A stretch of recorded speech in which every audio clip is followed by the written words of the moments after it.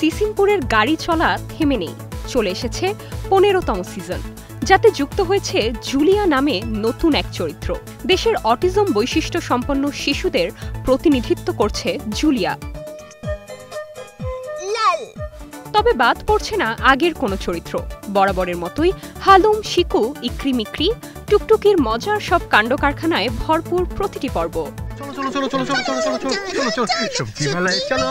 বাংলাদেশের ইতিহাস, ঐতিহ্য, সংস্কৃতি ছাড়াও বিশ্বজুড়ে শিক্ষণীয় নানা বিষয় উঠে আসে এখানে। এছাড়া পুষ্টিকর খাবার, নাগরিক জ্ঞান, আঘাত প্রতিরোধের সচেতনতা ও সঞ্চয় খরচ সম্পর্কে শিশুদের ধারণা দেওয়া হয়। যাত্রীদের হাত আর মাথা অবশ্যই ভেতরে রাখতে হবে।